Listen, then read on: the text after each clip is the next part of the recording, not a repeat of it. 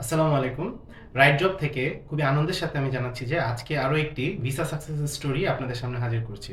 আসুন আমাদের ক্যান্ডিডেট ভাইয়ের নিজের মুখ থেকেই শুনি তার স্টোরিটা। আসসালামু আলাইকুম ভাই। ওয়ালাইকুম আসসালাম। ভাইয়া প্রথমে দর্শকদের জানান আপনার নামটা।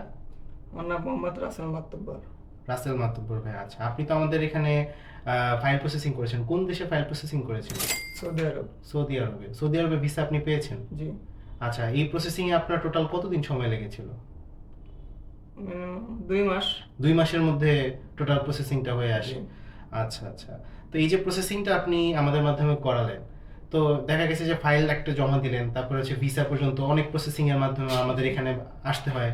আমাদের থেকে যে সার্ভিসটা আমাদের দেওয়ার কথা ছিল, আমরা কি প্রপারলি দিতে পেরেছি? জি দিচ্ছি। যাক আলহামদুলিল্লাহ। আপনার সকল ডকুমেন্টস আমার হাতেই আছে। আপনি একটু দয়া করে চেক করে নেবেন। আমি একটু দর্শকদের দেখাই। এটা হচ্ছে উনার পাসপোর্ট। তারপরে এটা হচ্ছে উনার ভিসার কপি। তারপরে হচ্ছে এটা হচ্ছে ওনার বিএমএটিসি কার্ড। আর নিচে হচ্ছে ওনার টিকেটের কপি।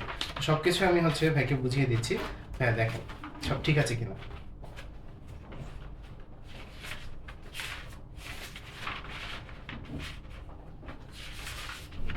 জি ঠিক আছে।